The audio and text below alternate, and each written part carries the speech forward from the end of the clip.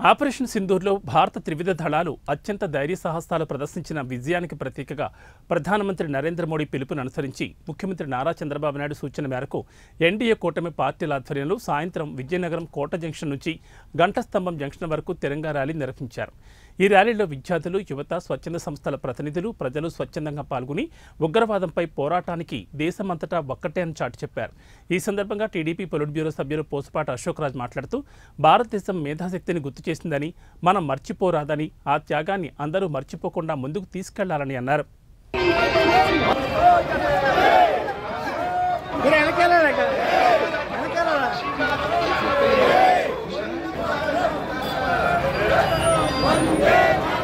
భారతదేశం మేధాశక్తిని రుజువు చేసిందని మనం మర్చిపోరాదు.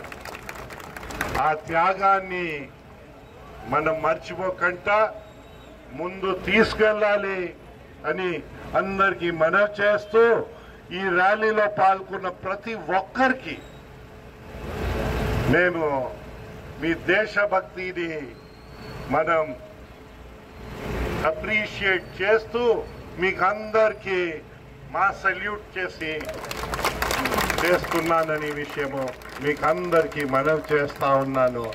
దయచేసి ఇది ఎక్కువ మాటలు కొంచెం తగ్గించి, మన గుర్జాడ కూడా అన్నారు, ఉట్టి మాటల కట్టి పెట్టు,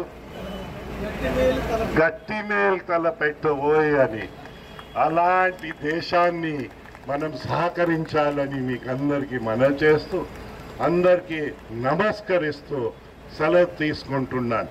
జై హింద్, వందే వందే వందే, భారత్ మాతా కీ, భారత్ మాతా కీ, భారత్ మాతా కీ. భారతదేశానికి మంచి పేరు తీసుకొచ్చి ఈరోజు మనం ఒక వెనక అడుగు వేశామంటే వాళ్ళ తాలూకా ప్రజానికం కోసం ఆలోచించి మనం ఆగాము.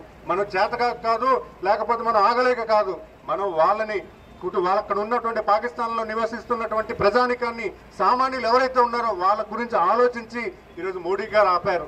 టెర్రరిస్ట్ నిబంధనలు ఏమున్నా కూడా అవన్నీ కూల్చివేసి ఒక సమాధానం చెప్పి ఈరోజు ఆపరేషన్ సింధూర్ పెద్ద ఎత్తున సక్సెస్ చేసినటువంటి సైనికులందరికీ కూడా మనం ఒక పెద్ద సెల్యూట్ కొట్టాలని కోరుకుంటూ అందరికీ కూడా నమస్కారాలు తెలియజేసుకుంటూ భారత్ మాతాకి, భారత్ మాతాకి, వందే మాతరం, వందే